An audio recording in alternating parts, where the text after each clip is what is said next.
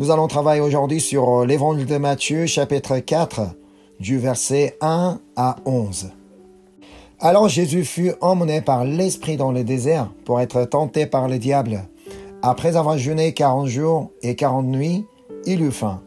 Le tentateur s'étant approché lui dit, « Si tu es fils de Dieu, ordonne que ces pierres deviennent des pains. » Jésus répondit, « Il est écrit, l'homme ne vivra pas de pain seulement, mais de toute parole qui sort de la bouche de Dieu. » Le diable le transporta dans la ville sainte, le plaça sur le haut du temple, et lui dit, « Si tu es fils de Dieu, jette-toi en bas, car il est écrit, il donnera des ordres à ses anges à ton sujet, et ils te porteront sur les mains, de peur que ton pied ne heurte contre une pierre. » Jésus lui dit, « Il est aussi écrit, tu ne tenteras point le Seigneur ton Dieu. » Le diable le transporta encore sur une montagne très élevée, lui montra tous les royaumes du monde et leur gloire, et lui dit, « Je te donnerai toutes ces choses si tu te prosternes et m'adores. » Jésus lui dit, « Retire-toi Satan, car il est écrit, tu adoreras le Seigneur ton Dieu, tu le serviras lui seul. » Alors le diable le laissa,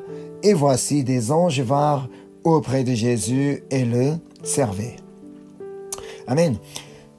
Jésus, après avoir été baptisé par Jean-Baptiste, maintenant il a été emmené par l'Esprit dans le désert.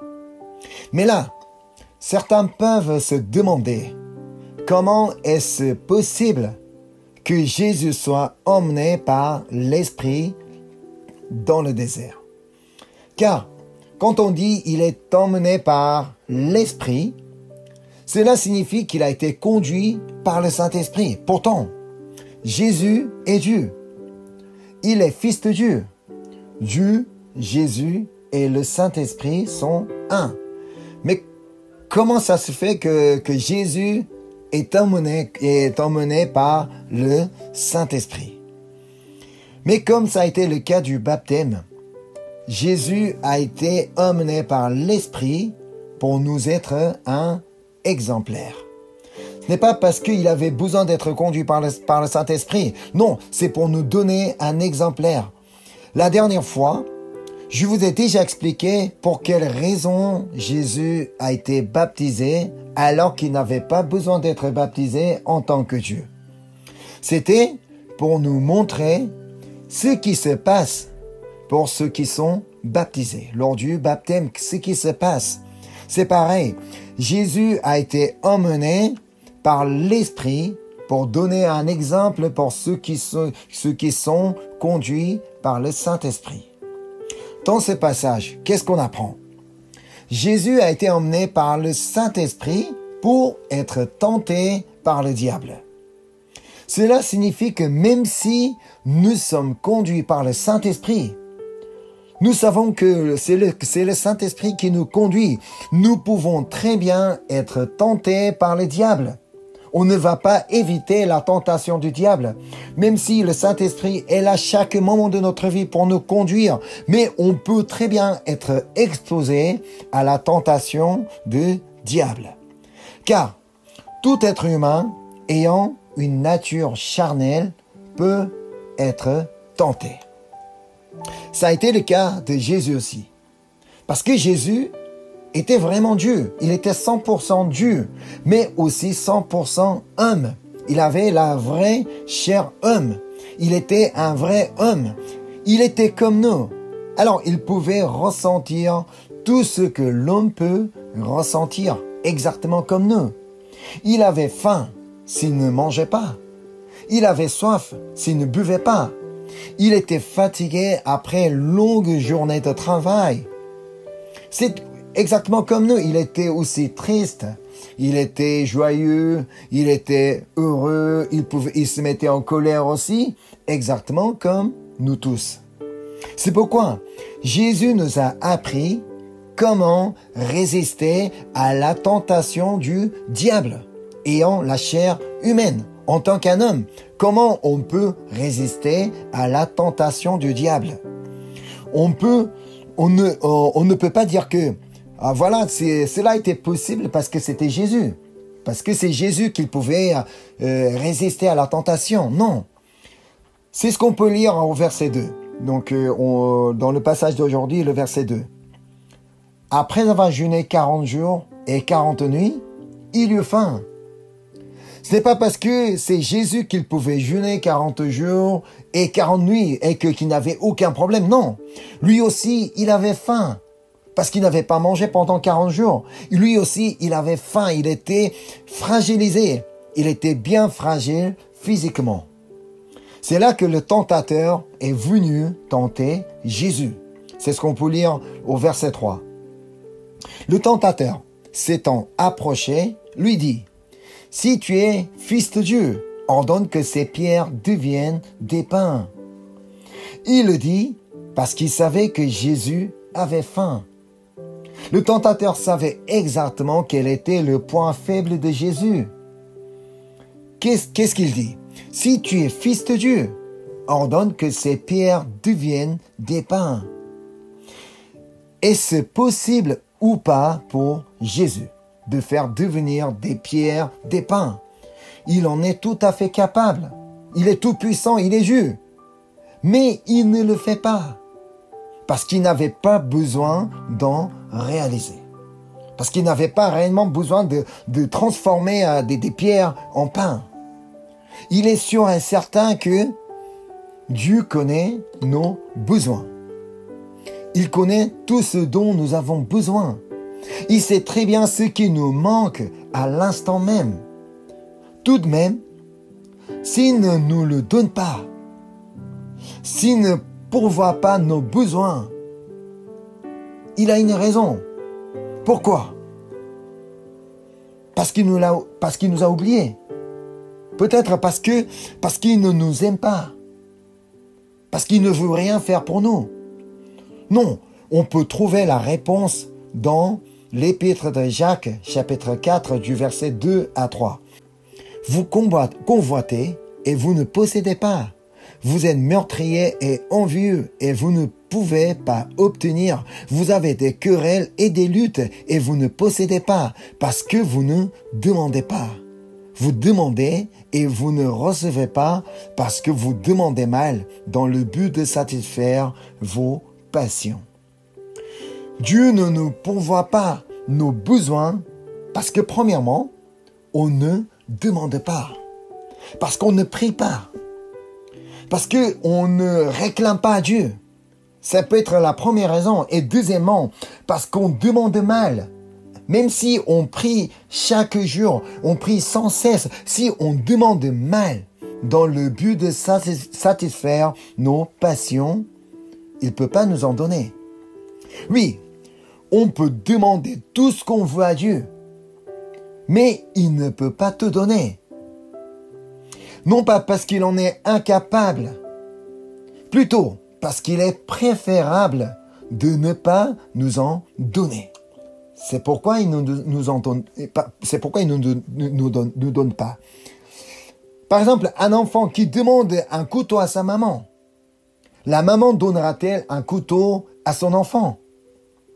Même si son enfant a une bonne intention, dans le but de préparer quelque chose à manger pour sa maman, elle ne peut pas quand même le laisser à l'utiliser parce qu'elle sait que c'est dangereux. C'est pareil. Même si on demande quelque chose à Dieu, si Dieu ne le permet pas, Dieu ne le donne pas. Parce que pour Dieu, il est préférable de ne pas nous en donner. Parce que ça peut être parfois dangereux pour la suite. Alors, dans le besoin, qu'est-ce qu'on doit faire? S'il nous manque quelque chose, qu'est-ce qu'on doit faire? C'est Jésus lui-même nous en a appris dans Matthieu chapitre 6. On va aller voir dans l'évangile de Matthieu chapitre 6 du verset 31 à 33. Ne vous inquiétez donc point et ne dites pas que mangerons-nous, que boirons-nous, de quoi serons-nous vêtus? Car toutes ces choses, ce sont les païens qui les recherchent. Votre Père céleste sait que vous en avez besoin. Cherchez premièrement le royaume et la justice de Dieu, et toutes ces choses vous seront données par-dessus. notre Père céleste sait ce dont nous avons besoin. Alors, cherchez premièrement le royaume et la justice de Dieu, et toutes ces choses vous seront données par-dessus. C'est ce que Jésus nous dit. Dans ce cas, on peut se demander ce qu'est chercher le royaume et la justice de Dieu. La réponse est dans le passage d'aujourd'hui. On va revenir au passage d'aujourd'hui. Matthieu chapitre 4, verset 4. Je lis. Jésus répondit, « Il est écrit, l'homme ne vivra pas de pain seulement, mais de toute parole qui sort de la bouche de Dieu. » Oui, vivre de toute parole qui sort de la bouche de Dieu, c'est ça, chercher le royaume et la justice de Dieu. On ne va pas simplement chercher à vivre avec les matériaux que nous pouvons avoir dans le monde. On a besoin du pain, j'ai besoin de l'eau, j'ai besoin de l'argent, tout ça. Non, vivre de toute parole qui sort de la bouche de Dieu, c'est ça, chercher d'abord le royaume et la justice de Dieu. Tant qu'on ne met pas en pratique la parole de Dieu, on ne doit pas espérer que Dieu pourvoie nos besoins. On fait tout ce qu'on veut, ce qui n'a rien à voir avec la volonté de Dieu. Je fais tout ce que je veux, je fais tout ce que je veux hors de la volonté de Dieu. Et j'attends que Dieu pourvoie mes besoins. Je sais qu'il me manque de l'argent, que je suis pauvre, donc que j'ai besoin de beaucoup de choses. Alors que je ne mets même pas en pratique la parole de Dieu et que j'attends quelque chose de Dieu. C'est pas bon, c'est pas correct. Ici, Jésus cite ce qui est écrit dans Deutéronome chapitre 8. On va aller voir Deutéronome chapitre 8, versets 2 et 3. Souviens-toi de tout le chemin que l'Éternel ton Dieu t'a fait faire pendant ces 40 années dans le désert, afin de t'humilier et de t'éprouver pour savoir quelles étaient les dispositions de ton cœur et si tu garderais ou non ses commandements. Il t'a humilié, il t'a fait souffrir de la faim et il t'a nourri de la manne que tu ne connaissais pas et que n'avaient pas connu tes pères, afin de t'apprendre que l'homme ne vit pas de pain seulement, mais que l'homme vit de tout ce qui sort de la bouche de l'Éternel. Ainsi, Jésus a résisté à la tentation avec la parole de Dieu, avec la parole écrite. Qu'est-ce qu'on apprend ici alors? Nous ne pouvons résister à la tentation qu'avec la parole de Dieu. Nous-mêmes, cela est impossible. Alors que Jésus lui-même a résisté à la tentation avec la parole de Dieu. Comment pourrions-nous résister à la tentation sans la parole de Dieu? C'est impossible.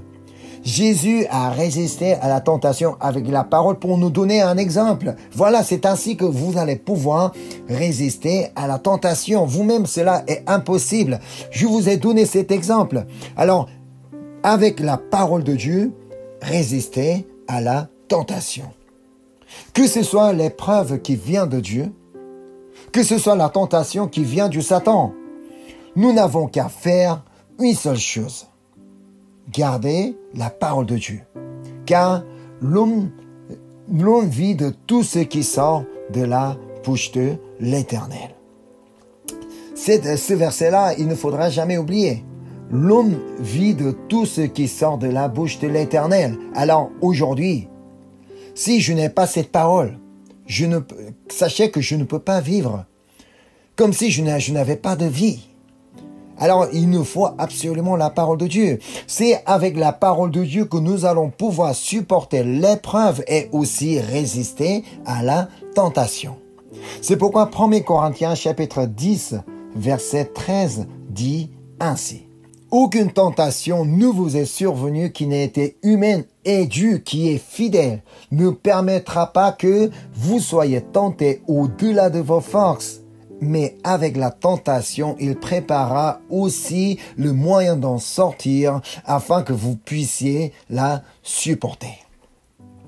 D'après vous, quel serait le moyen qui nous permettra de sortir de la tentation? C'est la parole. La parole est donc le moyen que Dieu a préparé pour nous. Car c'est la parole qui nous permet de patienter. C'est la parole de Dieu qui nous permet de persévérer et aussi de supporter et encore de résister. Parce que nous croyons que Dieu est fidèle à sa parole.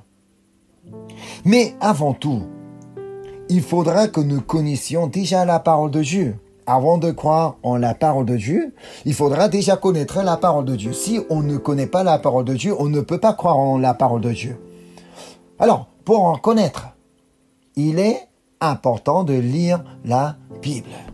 Alors, c'est pourquoi lire la Bible n'est pas une option, n'est pas un choix. C'est un devoir pour nous les chrétiens. Lisez donc régulièrement la parole de Dieu. Je ne sais pas si vous lisiez régulièrement la parole de Dieu. Lisez au moins un chapitre ou 2 chapitres chaque jour. Parce que c'est vraiment le pain de vie. C'est avec cette parole que nous pouvons vivre véritablement. Parce que c'est ainsi que vous allez pouvoir chercher le royaume et la justice de Dieu. Revenons donc au passage d'aujourd'hui. En lisant la suite, on apprend que le tentateur a transporté Jésus dans la ville sainte sur le haut du temple.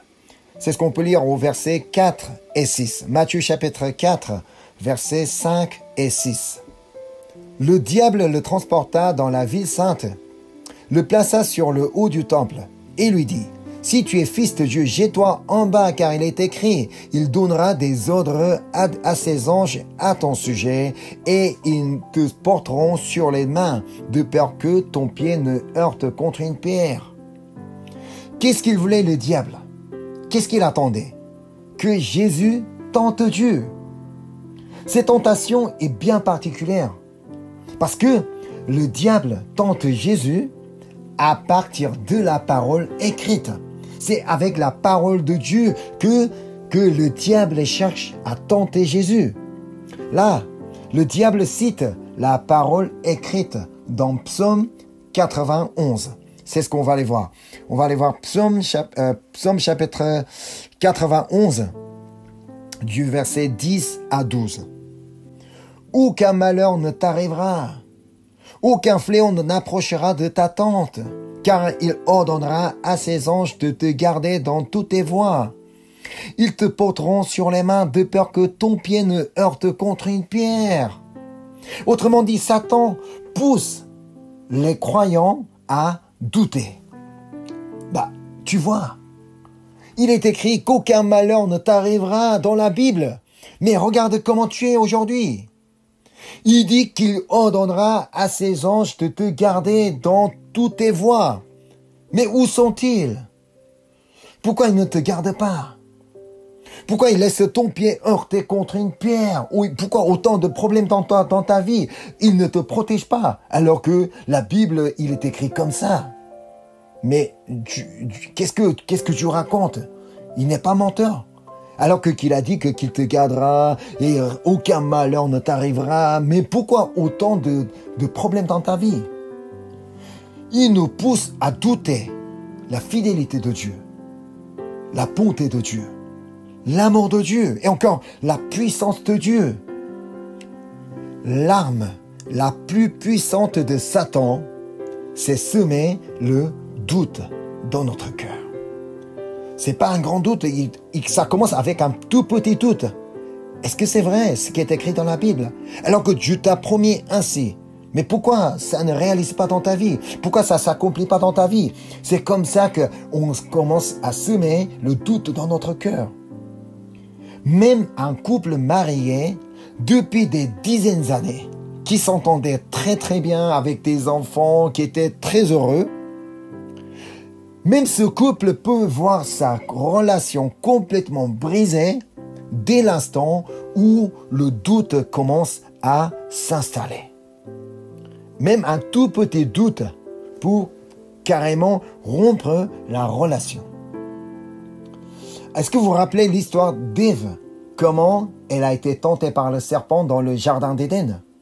On va aller voir cette scène. Donc dans Genèse chapitre 3, du verset 1 à 5. Le serpent était le plus rusé de tous les animaux des champs. C'est ainsi que le diable est le plus rusé. Donc il peut facilement nous tromper. Que l'Éternel Dieu avait fait.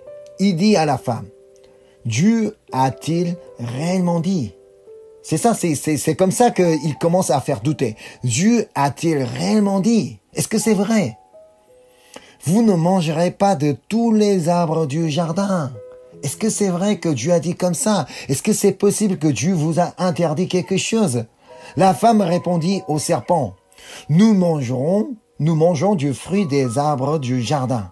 Mais quant au fruit de l'arbre qui est au milieu du jardin, Dieu a dit, vous n'en mangerez point et vous n'y toucherez point, de peur que vous ne mouriez.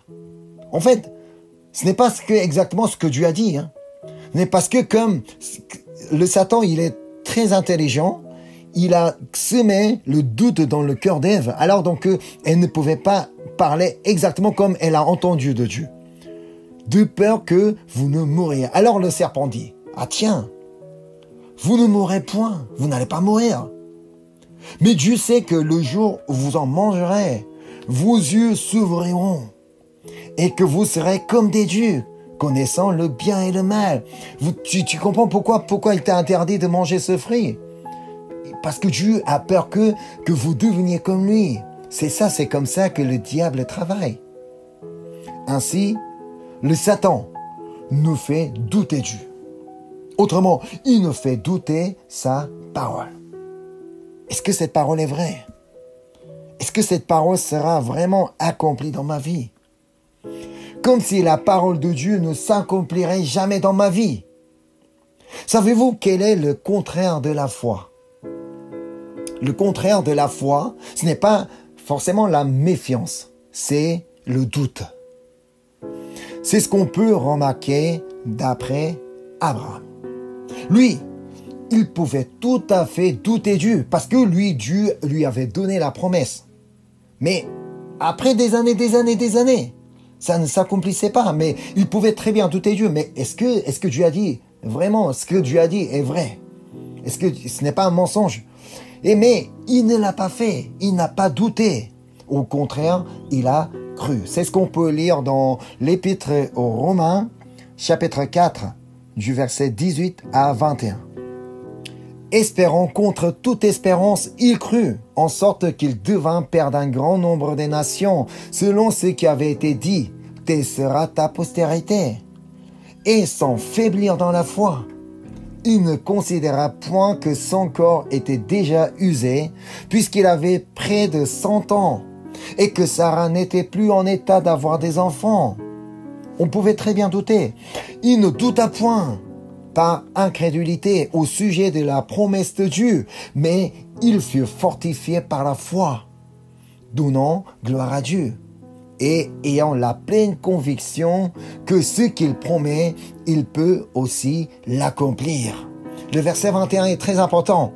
Nous aussi, nous devons avoir la pleine conviction que ce que Dieu promet, il peut aussi l'accomplir. C'est en retenant ce verset que nous n'allons pas passer le temps à douter Dieu, à douter la parole de Dieu. C'est un point très très important, car c'est ainsi que nous n'allons pas demander pourquoi à Dieu. Seigneur, pourquoi autant de difficultés dans ma vie? Tu dis que tu m'aimes. Tu dis que tu es là, tu prends soin de moi. Pourquoi autant de difficultés dans ma vie? Pourquoi autant de problèmes dans ma vie? Pourquoi je suis malade? Pourquoi ma famille est malade? Pourquoi ma famille a des problèmes? On peut avoir des milliers de pourquoi dans notre vie. C'est pourquoi Jésus a repris ce qui a été dit dans Deutéronome chapitre 6 verset 16. Vous ne tenterez point l'Éternel, votre Dieu, comme vous l'avez tenté à Massa. Alors, que s'est-il passé à Massa? Comment ils ont tenté Dieu à Massa? Nous pouvons lire ce qui s'est passé à Massa dans Exode, chapitre 17, du verset 1 à 7. Toute l'assemblée des enfants d'Israël partit du désert de Sin, selon les marches que l'Éternel leur avait ordonnées, et ils campèrent à Réphidim, où le peuple ne trouva point d'eau à boire. Alors le peuple chercha querelle à Moïse. Ils dirent, « Donnez-nous de l'eau à boire. » Moïse leur répondit, « Pourquoi me cherchez-vous querelle? Pourquoi tentez-vous l'Éternel? » Le peuple était là, pressé par la soif, et murmurait contre Moïse. Il disait, « Pourquoi nous as-tu fait monter hors d'Égypte pour me faire mourir de soif avec mes enfants et mes troupeaux? » Moïse cria à l'Éternel en disant, « Que ferai-je à ce peuple? Encore un peu, ils me lapideront. » L'Éternel dit à Moïse, « Passe devant le peuple et prends avec toi des anciens d'Israël. Prends aussi dans ta main ta verge avec laquelle tu as frappé le fleuve et marche. Voici, je me tiendrai devant toi sur le rocher d'Horeb. Tu frapperas le rocher et il en sortira de l'eau et le peuple boira. » Et Moïse fit ainsi aux yeux des anciens d'Israël. Il donna à ce lieu le nom de Massa et Meriba, parce que les enfants d'Israël avaient contesté et parce qu'ils avaient tenté l'Éternel, en disant, « L'Éternel est-il au milieu de nous ou n'y est-il pas ?» Ils ont douté la présence de Dieu. C'est ça. Vous comprenez donc que douter est une manière de contester et de tenter Dieu. Il se peut qu'on imagine que douter, ça peut arriver. Parce que on n'arrive pas à croire. Mais ici, d'après ce passage, on comprend que douter, c'est même au niveau de contester, au niveau de tenter Dieu. C'est à ce niveau-là. Alors, ne doutons pas. En toutes circonstances, quoi qu'il nous arrive, ne doutons pas, afin de ne pas tenter l'Éternel. C'est un point très important. Et enfin, Satan tente pour la troisième fois Jésus. C'est ce qu'on peut lire. On revient au passage d'aujourd'hui. Matthieu chapitre 4, versets 8 et 9. Le diable le transporta encore sur une montagne très élevée, lui montra tous les royaumes du monde et leur gloire, et lui dit, « Je te donnerai toutes ces choses si tu te prosternes et m'adores. » Il est surprenant de voir Satan tente ainsi Jésus. « Je te donnerai toutes ces choses si tu te prosternes et m'adores. » C'est à Jésus qu'il adresse la parole. Mais comment est-ce possible? Comment il peut dire ça à Jésus? Mais il le dit. Il faut savoir que parce qu'il en est capable. Parce qu'il est capable de vraiment donner toutes ces choses. Il peut donner tout ce que l'homme désire s'il se prosterne et l'adore. C'est pourquoi on l'appelle comme prince de ce monde. Le diable comme prince de ce monde. Donc c'est ce qu'on va aller voir dans l'épître aux Éphésiens, chapitre 6, versets 11 et 12. Revêtez-vous de toutes les armes de Dieu afin de pouvoir tenir ferme contre les ruses du diable. Car nous n'avons pas à lutter contre la chair et le sang, mais contre les dominations, contre les autorités, contre les princes de ce monde de ténèbres, contre les esprits méchants dans les lieux célestes. Les esprits méchants sont appelés comme les dominations, les autorités et les princes de ce monde de ténèbres. Ça veut dire, il est capable de donner la richesse, la célébrité, l'honneur, le pouvoir, tout ce dont l'homme désire, mais pas la vie éternelle. Vous savez, le Satan peut donner, même ceux qui ne croient pas en Jésus, tout ça, il y a des riches dans le monde. Les musulmans qui sont riches, qui adorent leur Allah et puis leur Mohammed, tout ça, ils sont super riches et donc ils ont vraiment la célébrité, tout ce qu'ils veulent. Parce que ils l'adorent. Ils adorent le Satan. Tout de même, alors que lui, il peut vraiment tout donner, sauf la vie éternelle. Tout de même, il continue à séduire les hommes comme si ce monde était tout ce qui existait. Parce que les gens ne pensent pas qu'il y a un monde après notre vie terrestre. Il y a un monde spirituel après notre monde terrestre. S'il a tenté Jésus, si le Satan a tenté Jésus, pourquoi il ne nous tentera pas? Alors qu'on est beaucoup plus facile. Parce qu'il veut vraiment que tout le monde périsse. Dieu veut que tout le monde soit sauvé. Mais le Satan, lui, il veut vraiment que tout le monde périsse à l'enfer. Alors la question, qu'est-ce que vous suivez aujourd'hui? Quelle est votre direction? Vers quoi vous courez aujourd'hui? Vers quoi vous marchez aujourd'hui? Vous courez vers la réussite, vers le succès, vers votre projet, vers la richesse, vers le renommée. Sachez qu'on n'existe pas, on ne vit pas, ni pour la richesse, ni pour la réussite, ni pour le succès, ni pour la renommée. On existe aujourd'hui parce que Dieu nous a créés. D'après Ésaïe chapitre 43 verset 21, on apprend pourquoi Dieu nous a créés. Le peuple que je me suis formé publiera mes louanges. Dieu nous a formés afin que nous puissions publier ses louanges. Et encore, le verset 7 du même chapitre, donc Ésaïe 43 verset 7. Tout ce qui s'appelle de mon nom, que j'ai créé pour ma gloire, que j'ai formé et que j'ai fait. Nous existons donc pour publier les louanges de Dieu et pour sa gloire. Non pas pour notre gloire, non pas pour notre bien. Nous existons pour publier les louanges de Dieu et pour sa gloire. C'est pourquoi Jésus répond au diable avec la parole de Deutéronome. On va revenir au passage d'aujourd'hui. Matthieu chapitre 4, verset 10. Jésus lui dit, « Retire-toi Satan, car il est écrit, tu adoreras le Seigneur ton Dieu et tu le serviras lui seul. » Notre Dieu est le seul à adorer et à servir parce qu'il est l'unique Dieu. Il n'y a pas d'autre Dieu. Il est le seul. C'est lui qui nous a créés. C'est lui qui nous a donné la vie.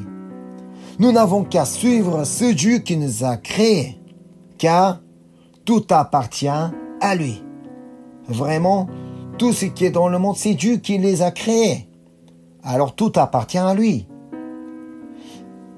Ainsi, c'est Dieu qui peut véritablement tout nous donner. Le Satan nous séduit en disant que non, moi je peux tout donner. Tu n'as qu'à m'adorer, donc je peux vraiment tout donner. Non, ce n'est pas vrai. Le Satan, le Satan promet de donner, ce n'est pas vraiment de tout. Parce que il ne peut pas nous donner la vie éternelle. Mais notre Dieu est vraiment prêt à nous tout donner. C'est ce qu'on peut lire dans Romains chapitre 8 verset 32. Lui qui n'a point épargné son propre fils mais qui l'a livré pour nous tous, comment ne nous donnera-t-il pas aussi toutes choses avec lui? Amen. Est-ce que vous en croyez? Lui qui n'a point épargné son propre fils mais qui l'a livré pour nous tous, comment ne nous donnera-t-il pas aussi toutes choses avec lui? Ce n'est pas le Satan qui nous donnera toutes choses. Non, c'est Dieu qui nous donnera toutes choses. C'est le Proverbe chapitre 22 verset 4 nous explique ce que sont toutes choses que parlait ici. Le fruit de l'humilité, de la crainte de l'Éternel, c'est la richesse, la gloire et la vie. Ceux qui cherchent premièrement le royaume et la justice de Dieu portera le fruit de l'humilité et encore de la crainte de l'Éternel. Alors, pour ceux qui cherchent d'abord le royaume et la justice de Dieu, qu'est-ce que Dieu promet de donner? La richesse, la gloire et la vie. Mais souvent, on cherche le contraire. On cherche d'abord, Seigneur, je voudrais d'abord la richesse. Je voudrais d'abord la gloire et la vie. Ensuite, je vais t'adorer, Seigneur. Je vais t'offrir quelque chose, Seigneur. Non. C'est le contraire. Donc Dieu veut d'abord que nous cherchions son royaume et sa justice, afin que nous ayons le fruit de l'humilité et de la crainte de l'Éternel. C'est là que Dieu peut nous donner la richesse, la gloire et la vie. Jésus a résisté à 3 tentations avec la parole de Dieu, avec la parole qui est écrite dans la Bible. Ainsi, le diable l'a laissé parce qu'il ne pouvait plus rien faire. Il est donc impératif de connaître la parole de Dieu. Sans connaître la parole de Dieu, comment vous allez pouvoir résister à la tentation? Mais pour connaître la parole de Dieu, non pas seulement il faut lire la parole de Dieu, mais aussi il est important de la méditer. Mais pour pouvoir la méditer, il faudra apprendre par cœur la Bible et encore il faudra étudier comme nous faisons actuellement. C'est pourquoi il nous est important d'étudier la parole de Dieu. Il ne suffit pas de lire, parce que pour mieux comprendre, mieux connaître, mieux apprendre la parole de Dieu, il faudra étudier. Car c'est ainsi que nous allons pouvoir résister aux tentations du diable. Nous ne pouvons pas nous-mêmes résister à la tentation. C'est pour nous que Jésus a été tenté dans le désert, pour nous donner le moyen de sortir de tentation. En fait, on peut dire que c'est Dieu lui-même a permis que le Satan tente Jésus pour pouvoir nous donner pour pouvoir nous apprendre comment résister à la tentation du diable.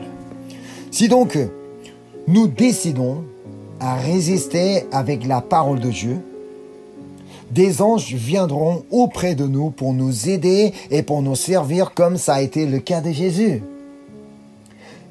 Alors je bénis au nom de Jésus-Christ que vous puissiez décider dès aujourd'hui de vous approcher de la parole de Dieu chaque jour et chaque moment de notre vie afin de résister aux différentes tentations du diable.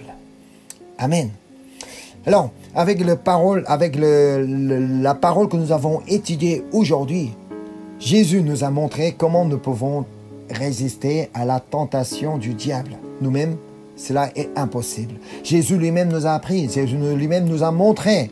C'est uniquement avec la parole écrite dans la Bible que nous allons pouvoir résister à la tentation. Amen. Je vais prier. Seigneur, merci.